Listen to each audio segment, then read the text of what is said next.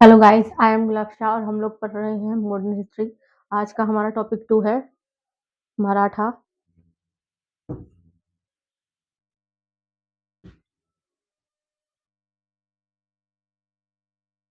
Maratha Shivaji was the founder of Maratha state. Shivaji brought a group of 8 ministers into his administration system, which is called अष्टप्रधान। ठीक है, शिवाजी जो थे वो Maratha state के founder थे और उनके जो कोर्ट में 8 मिनिस्टर्स थे जिसको अष्टप्रधान कहा जाता था।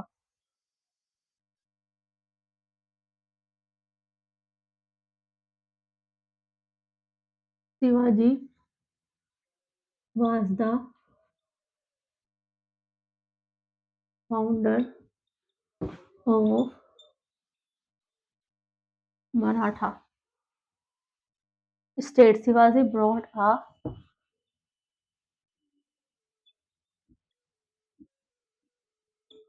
Shivaji brought a group of 8 ministers. Group of 8 ministers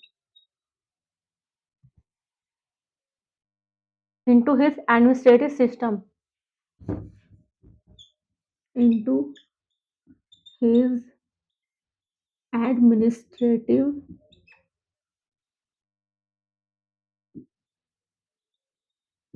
system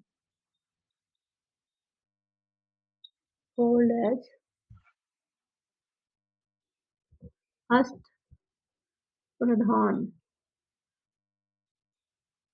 ठीक है।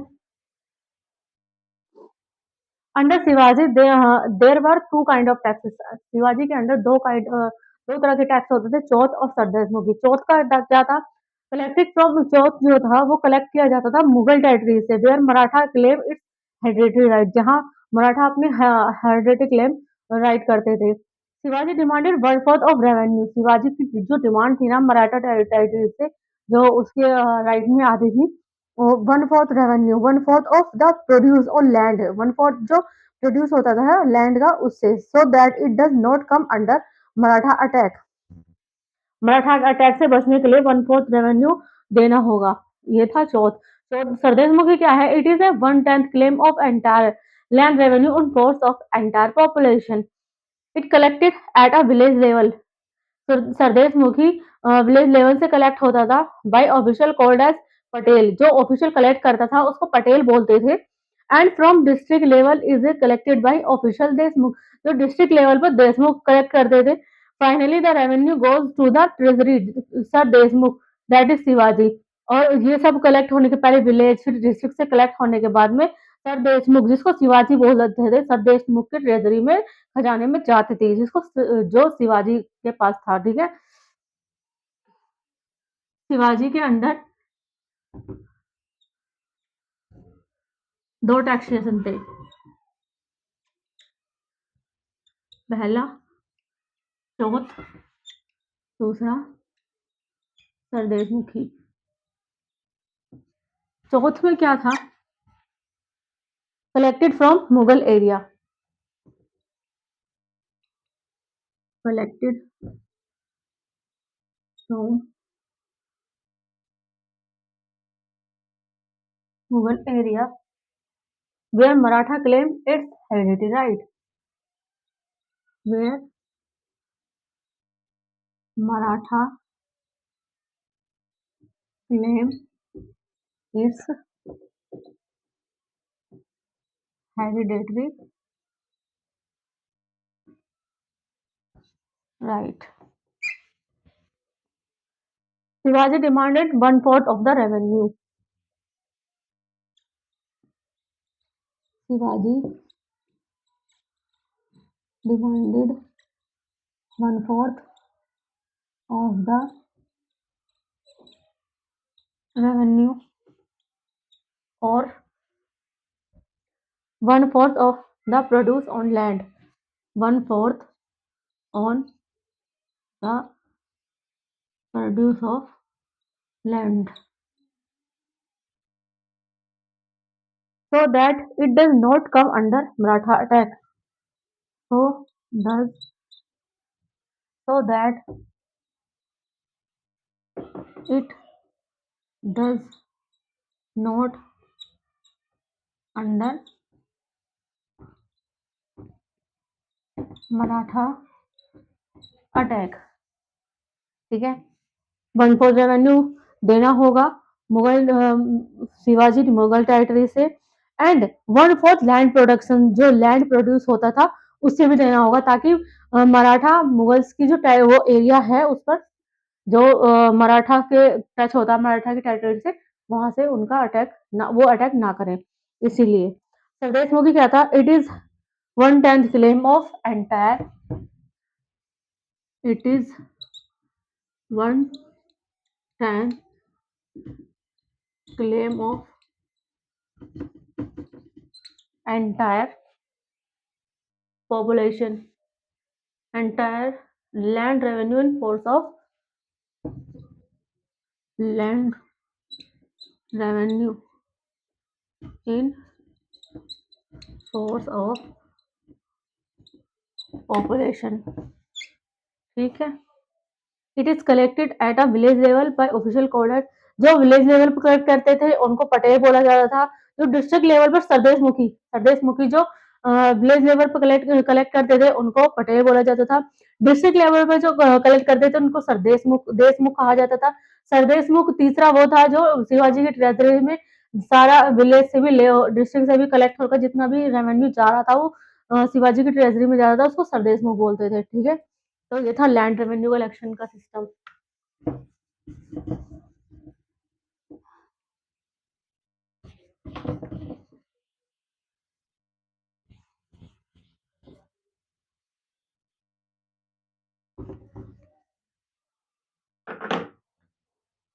After the death of Shivaji his elder son Sambhaji become the ruler, Shivaji की डेथ के बाद में उसका जो एल्डर सन था संभाजी वो रूलर बना। 9 year he was succeeded by Rajaram. Chhatrapati Shivaji appointed Balaji Vishwanath as his Peshwa, जो छत्रपति शिवाजी थे उन्होंने बालाजी विश्वनाथ को अपॉइंटेड किया था इस पेशवा के रूप में, पेशवा यानी पीएम। बालाजी विश्वनाथ को पढ़ते हैं हम,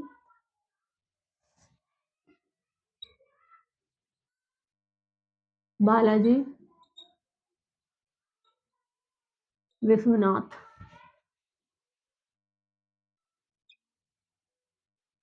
1713 से लेकर 1720 तक, 1730 से लेकर 1720 तक। ठीक है, he was the most powerful Peshwa, एक ये बहुत ही पावरफुल पेशवा थे। He concluded a treaty with Syed brother, उन्होंने एक ट्रीटी कंक्लूड की सैयद ब्रदर के साथ, which is called as treaty of Delhi, जिसको ट्रीटी ऑफ दिल्ली कहा गया। By signing this treaty Balaji Vishwanath had indirect control of various other Indian state. इस ट्रीटी को साइन करने के बाद में जो बालाजी विश्वनाथ थे उन्होंने बहुत सारे इनडायरेक्ट कंट्रोल कर लिया था इंडिया के बहुत सारे स्टेट पर। This treaty was sign in order to protect Marathas, ये ट्रीटी इसलिए साइन हुई थी ताकि मराठा को प्रोटेक्ट किया जा सके। Financial interest by having right of revenue collection, financial interest के लिए रेवेन्यू कलेक्शन से बचा जाने के लिए। Maratha were consider to be the stronger successor of Mughal, Maratha को कंसिडर किया जाता है कि वो स्ट्रॉन्गर सक्सेसर है मुगल्स के। But Maratha never replace Mughal, लेकिन मराठा मुगल को रिप्लेस नहीं कर सकते थे, because Maratha felt if they replace Mughal the smaller ruler and the king makes will doubt. Maratha को क्या लगता था कि अगर वो मुगल्स को रिप्लेस करेंगे तो जो स्मॉल रूलर है और जो किंग है वो उन पर डाउट करेंगे। Make will doubt the sovereignty of Maratha and will felt insecure, और वो इनसिक्योर फील करने लगेंगे। तो उसके बाद आए Bajirao one,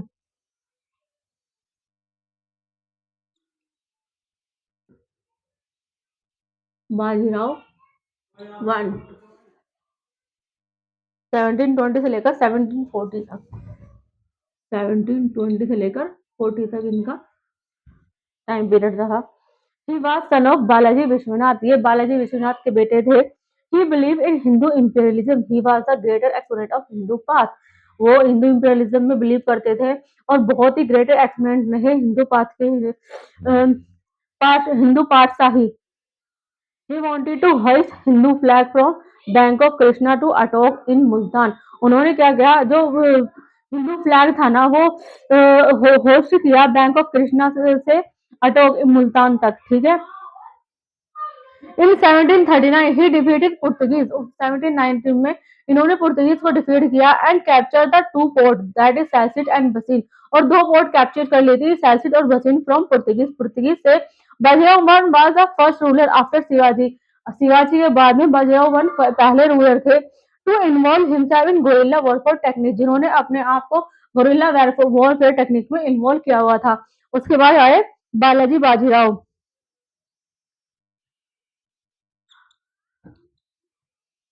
Balaji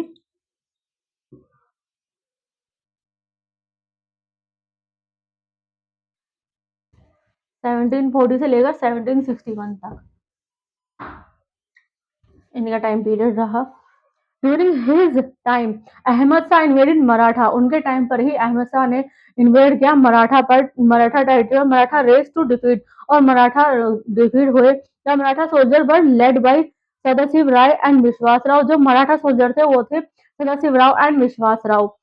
Ahmad Shah Abdali was a better military commander than Vishwas Rao, Ahmad Shah Abdali एक बहुत अच्छा मिलिट्री कमांडर था विश्वास राव के मुकाबले पर एंड सदाशिव राव के मुकाबले पर। In the third battle of Panipat, third battle of Panipat Abdali defeated Maratha, Abdali ने डिफीट किया था मराठा को। Only reason was Abdali was a better military commander, इसका रीजन यही रहा कि अब्दाली, मोहम्मद शाह अब्दाली बहुत ही अच्छा मिलिट्री लीडर था, ठीक है। सिग्निफिकेंस देख लेते हैं थर्ड बैटल ऑफ पानीपत का,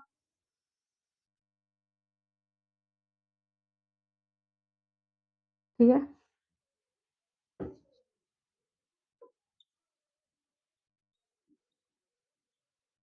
significant of third battle of Panipat.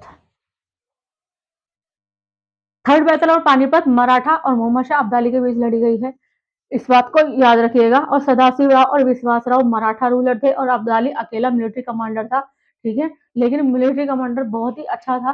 First battle तो मैं बता चुकी हूँ, बाबर और उसमें मोहम्मद बिन तुगलक, मोहम्मद बिन तुगलक में लड़ी गई थी, ठीक है। Victory of Abdali did not decide who is going to rule India, जो विक्ट्री थी ना मोहम्मद अब्दाली की, उसने ये डिसाइड नहीं किया कि कौन इंडिया को रूल करेगा। It definitely decide who not going rule to India, लेकिन ये जरूर पता चल गया था कि कौन इंडिया को रूल नहीं करेगा। That means who ever rule India it will be Maratha, ठीक है। The defeat of Maratha was big game, Maratha की जो हार थी वो बहुत ही बड़ा गेम था फ्रॉम ब्रिटिशर्स के लिए। अकॉर्डिंग टू जे एन सरकार, जे एन सरकार के मुताबिक historian of the Maratha period, there was not even a single home in Maratha kingdom was did not lose their king man। जो जे एन राव सरकार थे ना, उनके हिसाब से जो हिस्टोरियन है उन्होंने ये कहा है कि मराठा का कोई घर ऐसा नहीं बचा था जिसने अपना अपना सिंगल एक सिंगल होम नहीं बचा था जिसमें कोई भी मैन डाइड ना हुआ हो, उनके घर को चलाने वाला कोई भी डाइड ना हुआ हो।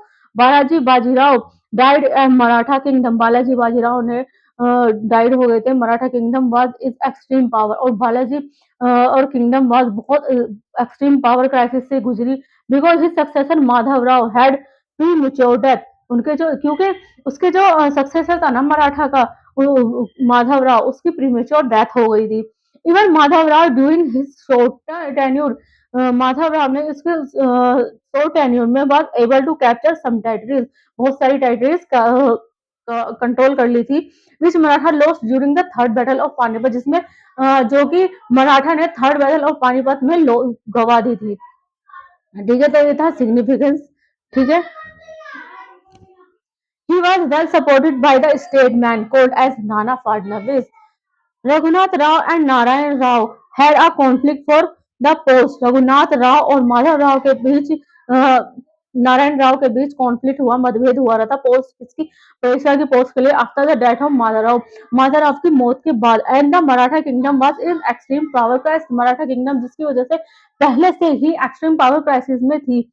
Raghunath Rao had support to of Britishers in he concluded a treaty Britisher called as.